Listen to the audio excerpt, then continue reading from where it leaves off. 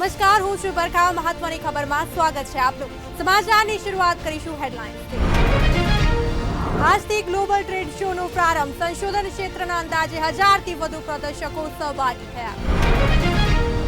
ગુજરાતના વિકાસ મોડલથી પ્રભાવિત થયા જોઝે રોમો જોડતા. મુખ્યમંત્રીની તિમોર લેસ્ટેના રાષ્ટ્રપતિ સાથે બેઠક.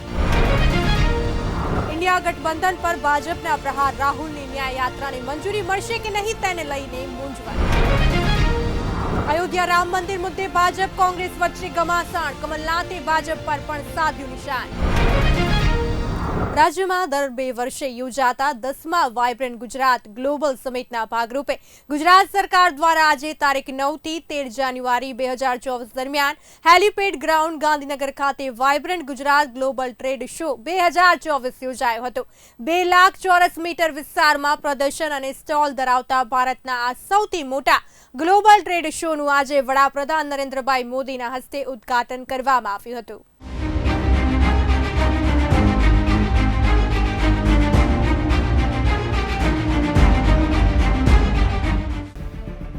ગાંધીનગર ખાતે આજે 2 લાખ ચોરસ મીટર વિસ્તારમાં પ્રદર્શન અને સ્ટોલ ધરાવતા ગ્લોબલ ટ્રેડ શોનો પ્રારંભ વડાપ્રધાન નરેન્દ્ર મોદી દ્વારા કરવામાં આવ્યો હતો. આ ઉદ્ઘાટન પ્રસંગે મુખ્યમંત્રી ભૂપેન્દ્ર પટેલ સહિત દેશ વિદેશના મહાનુભાવો ઉદ્યોગપતિઓ ઉપસ્થિત રહ્યા હતા. આ ગ્લોબલ ટ્રેડ શો તારીખ 10 અને 11 જાન્યુઆરીએ બિઝનેસ વિઝિટર્સ માટે, જ્યારે તારીખ 12 અને 13 જાન્યુઆરીએ જાહેર જનતા માટે ખુલ્લો મુકાશે. 10મા વાઇબ્રન્ટ ગુજરાત ગ્લોબલ સમિટ 2024 અંતર્ગત યોજાતા આ ગ્લોબલ ટ્રેડ શોમાં ઓસ્ટ્રેલિયા, તાઝાનિયા, મોરોક્કો, મોઝામ્બિક, દક્ષિણ Korea, Thailand, Estonia, Bangladesh, Singapore, સંયુક્ત આરબ અમીરાત, UK, Germany, Norway, Finland, Netherlands, Russia, Rwanda, Japan, Indonesia અને વિયેતનામ એમ કુલ 20 દેશો આ પ્રદર્શનમાં પોતાના દેશોના ઉદ્યોગોની માહિતી પ્રદર્શિત કરશે, જેમાં સંશોધન ક્ષેત્રના અંદાજે 1000થી વધુ પ્રદર્શકો સહભાગી થયા હતા, જે વિવિધ ક્ષેત્રોમાં થઈ રહેલા સંશોધન અને નવીનતાઓને રજૂ કર્યા. ટ્રેડ શોમાં વિઝિટિંગ તરીકે 100 દેશો, જ્યારે પાર્ટનર તરીકે 33 દેશો ભાગ લઈ રહ્યા છે. આ ટ્રેડ શોમાં એગ્રો અને ફૂડ પ્રોસેસિંગ, ઓટોમોબાઈલ અને ઓટો કમ્પોનન્ટ્સ, સિરામિક, કેમિકલ્સ અને petrochemicals, gems and jewellery, pharmaceuticals, potters અને મરીન જેવા ક્ષેત્રોમાં અત્યાધુનિક ઉત્પાદનો અને સેવાઓનું પ્રદર્શન કરવામાં આવ્યું છે. ટેક્સટાઇલ અને ગાર્મેન્ટ, ઇલેક્ટ્રિક વાહનો, ગ્રીન હાઇડ્રોજન, એરક્રાફ્ટ અને આનુષંગિક ઉદ્યોગો, નવીનીકરણીય ઉર્જા, સેમિકન્ડક્ટર અને ESDM, ફીડટેક, સાયબર સુરક્ષા, AI, મશીન લર્નિંગ સહિતના ઉદ્યોગો આ ટ્રેડ શોના આકર્ષણોના કેન્દ્રો રહેશે. આ ઉપરાંત ટ્રેડ શોમાં કુલ 13 હોલમાં મેક ઇન ગુજરાત, આત્મનિર્ભર ભારત સહિત વિવિધ 13 થીમ નક્કી કરાઈ છે. વડાપ્રધાનના આત્મનિર્ભર ભારતના સંકલ્પને ચરિતાર્થ કરવા અંદાજે 450 MSME એકમો સહભાગી થઈ રહ્યા છે, જેમાં મહિલા સશક્તિકરણ, MSME વિકાસ, નવી ટેકનોલોજી, ગ્રીન અને સ્માર્ટ ઇન્ફ્રાસ્ટ્રક્ચર, ટકાઉ ઉર્જા વગેરે પર આ પ્રદર્શનમાં વિશેષ ધ્યાન કેન્દ્રિત કરવામાં આવશે. IT સ્ટાર્ટઅપ્સ અને તેમના નવીન ઉત્પાદનો અને સેવાઓનું પ્રદર્શન કરવા ટેકેટ પેવેલિયન તૈયાર કરાયું છે.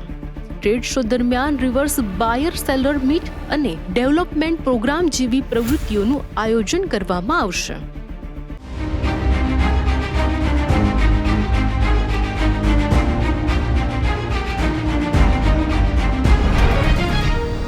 મુખ્યમંત્રી ભૂપેન્દ્ર પટેલે વાઇબ્રન્ટ ગુજરાત ગ્લોબલ સમિટ 2024ના પાર્ટનર કન્ટ્રી તરીકે જોડાયેલા ડેમોક્રેટિક રિપબ્લિક તિમોર લેસ્ટેના રાષ્ટ્રપતિ જોઝે રોમો જોડતા સાથે મહાત્મા મંદિરમાં મુલાકાત બેઠક યોજી હતી. આ બેઠક દરમિયાન કયા મુદ્દે બંને નેતાઓ સાથે વાતચીત થઈ, જુઓ અમારા ખાસ અહેવાલમાં.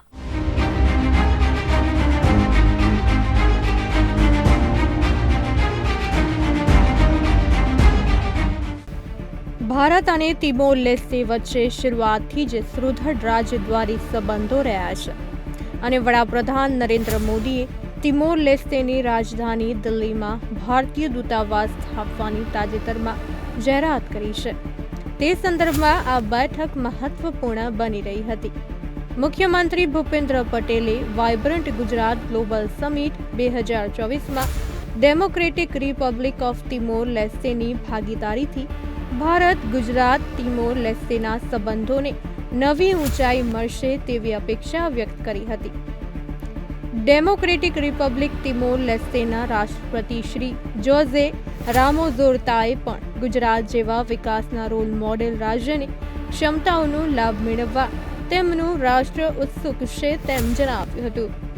મુખ્ય સચિવ રાજકુમાર, મુખ્યમંત્રીના અગ્ર સચિવ, સચિવ કે કૈલાસનાથન સહિતના વરિષ્ઠ અધિકારીઓ આ મુલાકાત બેઠકમાં જોડાયા હતા.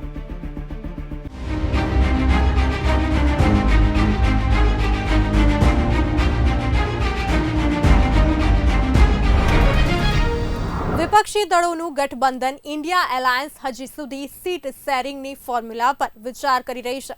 કોંગ્રેસ ઇન્ડિયા ગઠબંધનમાં સામેલ સાથી પક્ષો સાથે 2019માં લડાયેલી બેઠકોના પરિણામોની સમીક્ષા કરીને સીટ વહેંચણીની ફોર્મ્યુલા શોધવાનો પ્રયાસ કરી રહી છે.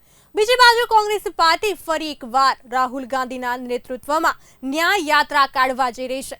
સીટ શેરિંગ અને રાહુલ ગાંધીની ન્યાય યાત્રા મુદ્દે ભાજપ સહિતના નેતાઓની પ્રતિક્રિયા સામે આવી છે. ત્યારે કોણે શું કહ્યું છે, જુઓ અમારા ખાસ અહેવાલમાં.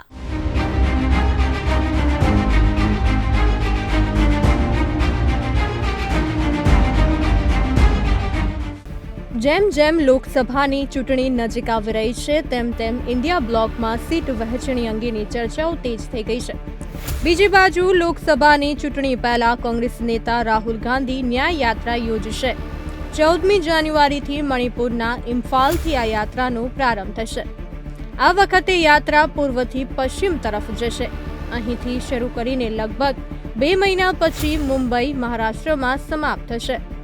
ત્યારે આ અંગે ભારતીય જનતા પાર્ટીના નેતા શહેજાદ પૂનાવાલાએ રાહુલ ગાંધીની ન્યાય યાત્રાને લઈને આકરા પ્રહાર કર્યા હતા. ભાજપ નેતા શહેજાદ પૂનાવાલાએ રાહુલ ગાંધીની ન્યાય યાત્રા અને इंडिया गठबंधन ने લઈને आकरा प्रहार કર્યા હતા. ये न्याय यात्रा दरअसल राहुल गांधी की 15वीं रीलॉन्च, रीपोजिशनिंग और रीब्रांडिंग यात्रा है. जिस प्रकार से 3 राज्यों के चुनाव हारे हैं, जिस प्रकार से ममता बनर्जी से लेकर आम आदमी पार्टी राहुल गांधी के प्रति अविश्वास जारी करते हुए मल्लिकार्जुन खड़गे जी का नाम आगे कर रही है और जिस प्रकार से इंडी गठबंधन की प्रतिस्पर्धा में कांग्रेस अपनी जगह को खोती जा रही है, तो राहुल गांधी को रीलॉन्च, राहुल गांधी को रीब्रांड और कांग्रेस पार्टी को रीपोजिशन करने वाली यात्रा है. और जनता के बीच में तो कितना विश्वास ये जागृत कर पाएगी एक अलग विषय है. समाजवादी पार्टी के नेता IP सिंह जी कहते हैं कि द्वारे खड़ी बारात समधन चली नहाने. ये उनका ओपिनियन है न्याय यात्रा पर. अभी कल केसी त्यागी जी ने कहा है कि इंडी न्याय यात्रा निकालनी चाहिए थी. ये पार्टी की न्याय यात्रा क्या निकाल रहे हैं? तो मुझे लगता है कि सबसे पहले राहुल जी ये न्याय यात्रा ये सब छोड़ दें. वो केवल और केवल इंडी अलायंस जोड़ो यात्रा निकालें, क्योंकि ये बंगाल से लेकर पंजाब तक, दिल्ली से लेकर नीचे केरल तक, उत्तर प्रदेश से लेकर महाराष्ट्र तक इंडी गठबंधन के नेता एक दूसरे को भद्दी भद्दी गालियां दे रहे हैं. तो कम से कम राहुल गांधी इन लोगों को जोड़ ले. बाकी जनता जुड़ेगी नहीं जुड़ेगी वो एक अलग विषय है. हाँ, पर क्योंकि ये न्याय यात्रा है तो न्याय यात्रा बंगाल से जा रही है. तो बंगाल में जिस प्रकार से हमला किया गया है केंद्रीय एजेंसियों पर, जिस प्रकार से 53 लोगों की मौत हुई है पंचायती चुनाव में, तो उनके लिए न्याय मांगेंगे क्या राहुल गांधी? क्योंकि अधीर रंजन चौधरी तो राष्ट्रपति शासन की मांग करते हैं. और बिहार में भी जाएगी ये यात्रा, तो जिस प्रकार की शब्दावली दयानिधि मारन से लेकर उदयनिधि स्टालिन, एलन गोवन ने उत्तर भारतीयों के विषय में बोली है, हिंदुओं के विषय में बोली है, उसके लिए उत्तर प्रदेश और बिहार में न्याय मांगेंगे राहुल गांधी? ये भी सवाल उनसे पूछा जाना चाहिए. नहीं, हम तो कोशिश कर रहे हैं सब मिल के काम करें और जो इंडिया अलायंस की जो एकता है वो बरकरार रखे और सभी नेता एक वॉइस में बात करें और एक दूसरों के खिलाफ बात करने में कोई फायदा नहीं है. तो मेरा यही सबसे विनंती है, जैसा हम एकजुट होकर काम करते आए हैं, आइंदा भी काम करना ज़रूरी है और वो काम कर रहे हैं। तो मैं चाहूँगा कि 2024 के इलेक्शन में हमारी सबकी एकता रहेगी, इसमें कोई यानी दो राय नहीं है। तो हम अपना पूरी कोशिश और ताकत लगा के बीजेपी को सबक सिखाएंगे। अभी सीट शेयरिंग का कब तक हो सकता है? नहीं, सीट शेयरिंग अपने अपने एरिया में वो तो कर रहे हैं और हमारे लोग भी जिस जगह जो पूछना है वो हमारी कमेटी जाके पूछ रही है, तो वो जल्द से जल्द निपटा लेंगे। ભાજપ નેતાએ રાહુલ ગાંધીની ન્યાય યાત્રા મુદ્દે આકરા પ્રહાર કરતા જણાવ્યું હતું કે આ ન્યાય યાત્રા રાહુલ ગાંધીની 15મી રીલોન્ચ અને રીબ્રાન્ડિંગ યાત્રા છે, જેમ મમતા બેનર્જી અને આમ આદમી પાર્ટી રાહુલ ગાંધીમાં અવિશ્વાસ જાહેર કરતી વખતે મલ્લિકાર્જુન ખડગેનું નામ આગળ કરી રહી છે, તે જ રીતે રાહુલ ગાંધીની આ રીલોન્ચ અને રીબ્રાન્ડિંગ યાત્રા છે। બીજી બાજુ કોંગ્રેસના રાષ્ટ્રીય અધ્યક્ષ મલ્લિકાર્જુન ઇન્ડિયા ગઠબંધન સીટોની વહેંચણી મુદ્દે મહત્વનું નિવેદન આપ્યું હતું। Big rally in Impal, and while on the other hand, Congress is also alleging that the stay-at-home department is not giving them this clearance and all. No, you see, you rightly said the prevailing law and order situation in the state is very, critical. So, giving permission of Rahul Gandhi's rally is under active consideration. We are taking report from various security agencies. After receiving the report from the various security agency, we will take a concrete decision. Okay? Thank you. देखिए, अभी तक तो permission दे देनी चाहिए थी। जब उनको मालूम है कि भारत जोड़ो न्याय यात्रा ये मैसेज देने के लिए, खाली राजनीति के लिए नहीं है। राहुल गांधी की यात्रा खाली राजनीतिक नहीं है, देश में प्यार मोहब्बत भाईचारा रहे। देखिए, समस्याएं जो है महंगाई की है, बेरोजगारी की है, गरीब अमीर की भी खाई बढ़ी हुई है, उसकी है। ये जो राहुल गांधी जी ने जो मुद्दे उठा रखे थे भारत जोड़ो यात्रा में, उनको आगे बढ़ाने की बात है। तो जब ये स्थिति है तो ऐसी यात्रा तो कोई पार्टी कर सकती है, कोई नेता कर सकता है, उसमें रुकावट आनी नहीं चाहिए। ये तो संदेश देगी भारत भर के अंदर लोगों को, नौजवानों को। तो मैं समझता हूँ कि अविलंब यात्रा का परमिशन देनी चाहिए। विचार करने की क्या बात है इसके अंदर, ये तो एक मैसेज देंगे शांति सद्भावना का। જ્યારે મણિપુરના મુખ્યમંત્રી એન બિરેન સિંહે કોંગ્રેસની ભારત ન્યાય યાત્રાને મંજૂરી આપવી કે નહીં તે અંગે પત્રકારો સાથે વાતચીત કરતા જણાવ્યું હતું કે રાજ્યમાં કાયદો વ્યવસ્થાની સ્થિતિ હાલ ખૂબ જ ખરાબ છે। રાહુલ ગાંધીની રેલીને મંજૂરી આપવા પર ગંભીરતાપૂર્વક વિચાર ચાલી રહ્યો છે। અમે આ અંગે અલગ અલગ સુરક્ષા એજન્સીઓ પાસેથી રિપોર્ટ લઈ રહ્યા છે। રિપોર્ટ બાદ અમે કોઈ નિર્ણય લઈશું। તો મણિપુરના મુખ્યમંત્રીના નિવેદન પર રાજસ્થાનના પૂર્વ મુખ્યમંત્રી અને કોંગ્રેસ નેતા અશોક ગેહલોતે પ્રતિક્રિયા આપી હતી।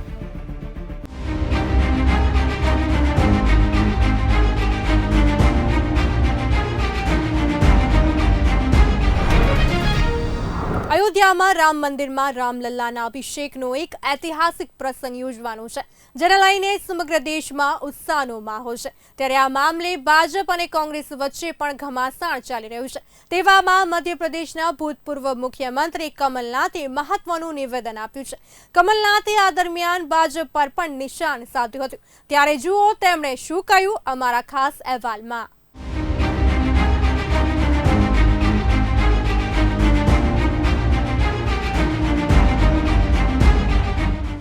મધ્યપ્રદેશના પૂર્વ મુખ્યમંત્રી કમલનાથ મંગળવારે છિંદવાડા પહોંચ્યા હતા, જ્યાં તેમણે રામ મંદિર મુદ્દે પ્રતિક્રિયા આપી હતી અને ભાજપ પર નિશાન સાધ્યું હતું।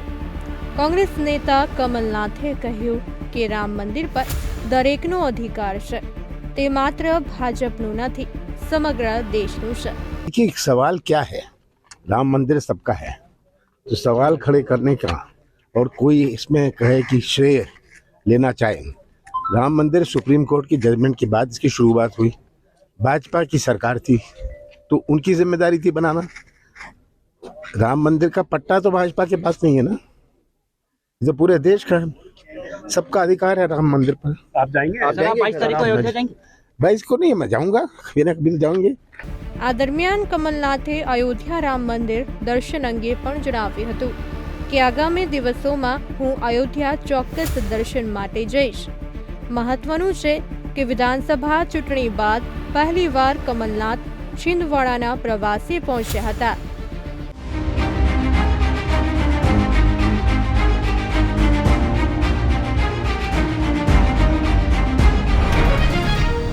હાલ રાજ્યભરમાં એક બાજુ ઠંડી જોવા મળી રહી છે, તેવામાં કડકડતી ઠંડી વચ્ચે રાજ્યના વાતાવરણમાં પણ પલટો જોવા મળી રહ્યો છે. સૌરાષ્ટ્ર સહિત રાજ્યના વિવિધ ભાગોમાં વરસાદની આગાહી વ્યક્ત કરવામાં આવી છે, તેવામાં ખેડૂતોની ચિંતામાં વધારો થયો છે. તો બીજી બાજુ રાજકોટ ધોરાજી તાલુકાના ખેડૂતોને પડિયા પર પાટું જેવી સ્થિતિ સર્જાઈ છે.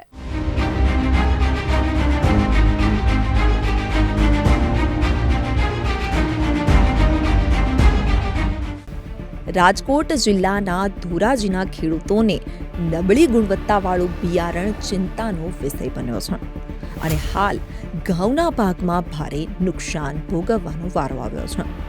ધોરાજીના ખેડૂતો પર અવારનવાર આફતો આવતી હોય છે, ક્યારેક ભારે વરસાદ તો ક્યારેક માવઠા તો ક્યારેક વાવાઝોડા જેવી આકાશી આફતને કારણે ખેડૂતો આર્થિક નુકસાન ભોગવતા હોય છે. ત્યારે ગત વર્ષે પણ માવઠા અને અતિવૃષ્ટિ જેવા અનેક આફતોનો સામનો કરી ચૂકેલા ખેડૂતોને હવે વધુ એક માર સહન કરવાનો વારો આવ્યો છે. મેં આ ઘઉંનું બિયારણ તાલુકા સહકારી મંડળીમાંથી લીધેલું છે, 700 રૂપિયાનું સર્ટિફાઈડ, અને મેં ખેડબેડ કરી અને વાવેતર કરેલું છે.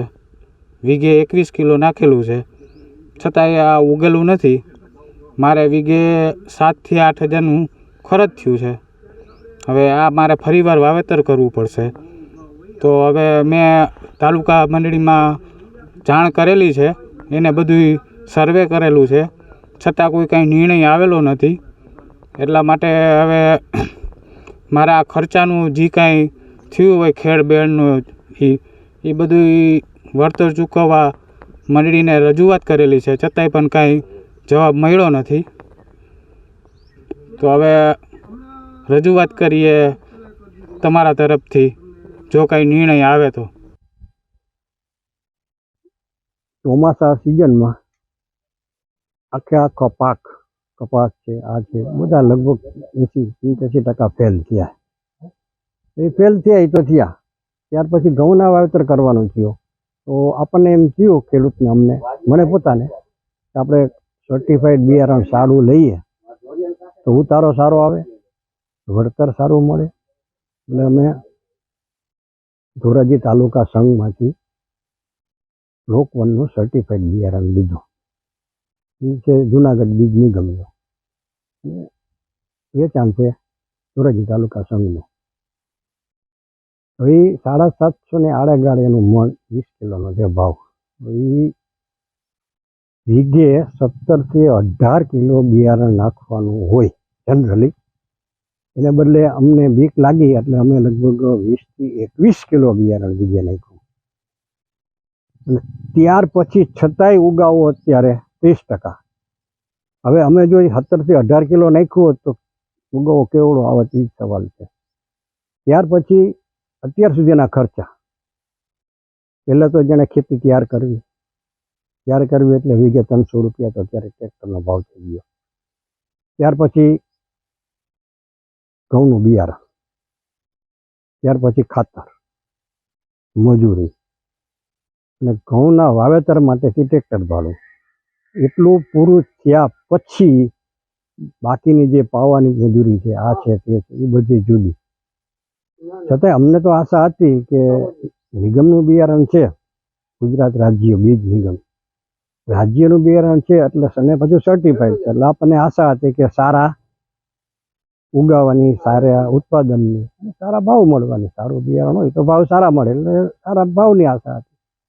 એને બદલે બિયારણની બેદરકારી થયો, એ નિગમની બેદરકારી, એક્સ્ટ્રા જે હોય, પણ એટલો બધો ઉગાવો નબળો આવ્યો કે 30% ઉગાવો આવ્યો આશરે 25-30% જેવો છે.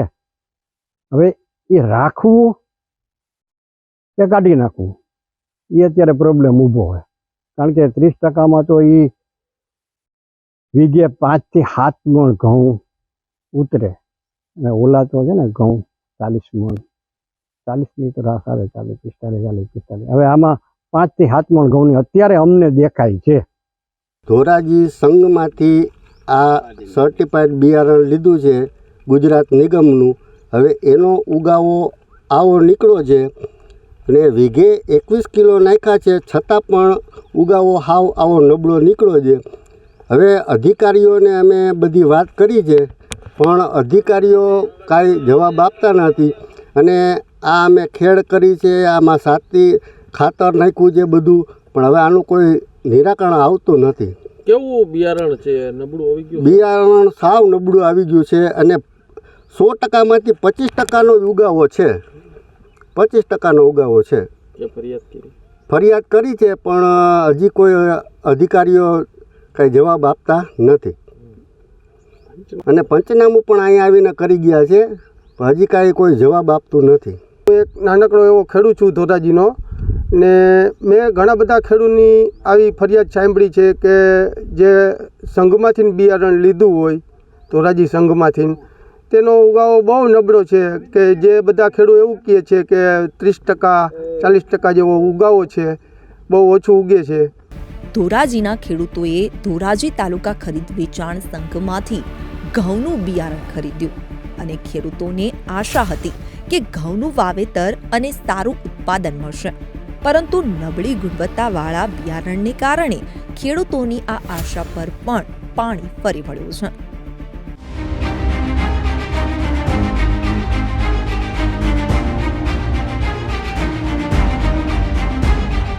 તો મહત્વની ખબરમાં ફરી મળીશું આ જ સમય. ત્યાં સુધી જોતા રહો બુલેટિન ઇન્ડિયા, ભરોસો ગુજરાતનો.